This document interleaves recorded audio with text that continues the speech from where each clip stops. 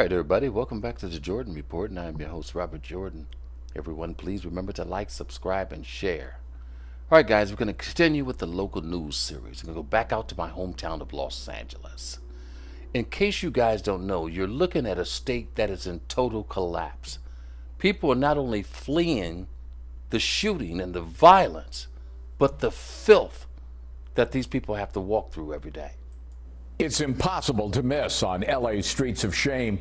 Heaps of trash near homeless encampments piling up higher and higher. For 2 years now, the NBC4 I-Team has been reporting on the public health problems that this creates for all of us. And tonight, investigative reporter Joel Grover shows us why the garbage problem has gotten so much worse during the pandemic. You have to see it to believe it. A car owned by a homeless man in Venice literally covered with trash from bumper to bumper, spilling into the street. We found another car like it near downtown, littered with rotting food, and another one in Woodland Hills. On nearly every on-ramp and off-ramp on streets in the city and the San Fernando Valley, piles of uncollected trash near homeless tents have been getting bigger, sometimes attracting armies of maggots, not to mention the smell. The stench around here is horrific. Bodily fluids everywhere. Before the pandemic, every week, city sanitation crews used to show up at large encampments, have residents move their tents, then they'd clear away all the trash and disinfect the streets. But in March, the city stopped doing those comprehensive cleanups, citing suggested guidance by the CDC to allow people in encampments to remain where they are. The result? Trash piles like this one on Madison Avenue near Beverly Boulevard now take up nearly an entire city block.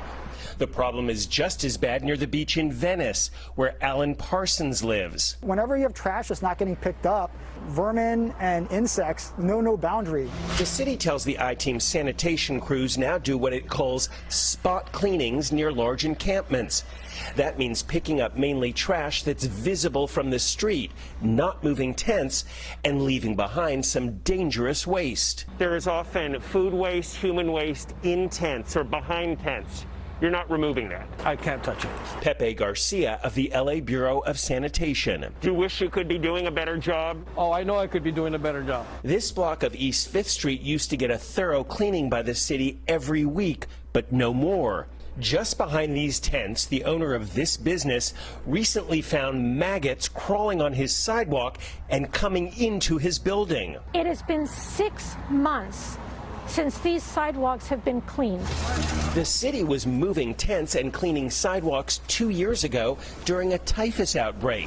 And 6 years ago, it was doing it during a tuberculosis outbreak in Skid Row. Estela Lopez represents business owners in the area. When we had tuberculosis, the city and the county got together with CDC and figured out what they could do.